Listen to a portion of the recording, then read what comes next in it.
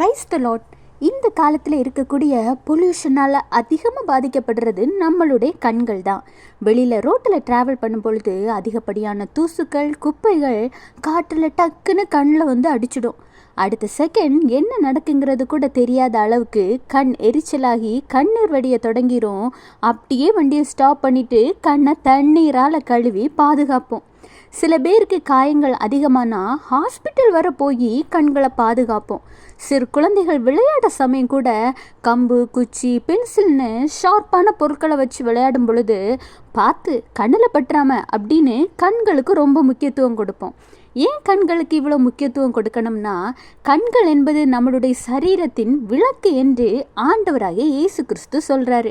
நம்ம முன்னாடி என்ன நடக்குது, எது சரி எது தவறு என்பதை நாம் நம்மளுடைய கண்களால் பார்த்து ஒவ்வொன்றையும் முடிவெடுக்கிறோம். கரெக்டு தானே? இதனாலேயே நாம் கண்களை ரொம்ப பத்திரமா பாதுகாத்து கொள்கிறோம். கண்களை போலவே பாதுகாக்க வேண்டிய வேறொரு முக்கியமான காரியம் இருக்குது. என்னன்னு பார்ப்போமா? கர்த்தர் சொல்கிறார், நீதிமொழிகள் 7:2, என் கட்டளைகளையும் என் போதகத்தையும் உன் கண்மணியைப் போல் காத்துக்கொள், அப்பொழுது பிழைப்பாய். எந்த அளவிற்கு நம்மளுடைய கண்களில் ஒரு தூசி கூட படாதவாறு ரொம்ப பத்திரமா பார்த்து கொள்கிறோமோ, அதுபோல் ஆண்டவர் நம்மளுடைய வாழ்க்கையில் தந்த கட்டளைகளையும் ஆண்டவர் கற்றுத்தந்த போதகத்தையும் நாம் கண்ணின் மணிகளைப் போல ரொம்ப பத்திரமா பாதுகாத்து கொள்ளணும்.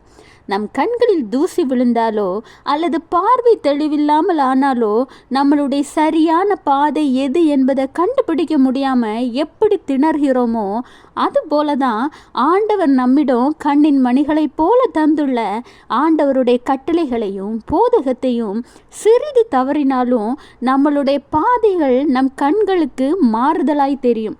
உங்கள் குழந்தைகளை குறித்தும் எச்சரிக்கையாக இருங்க. சரியான பாதையை அடைய உதவி செய்யுங்க. அடைய முடியாமல் திணறி நிற்கிற குழந்தைகளுக்கு உங்களுடைய பாதுகாப்பு, அரவணைப்பு ரொம்ப முக்கியம். கர்த்தருடைய வார்த்தையில் உள்ள அர்த்தங்களை புரிந்து கொள்ளுங்க. வாழ்க்கையில மாற்றத்தை காண்பீங்க. Have a blessed day. Jesus bless you.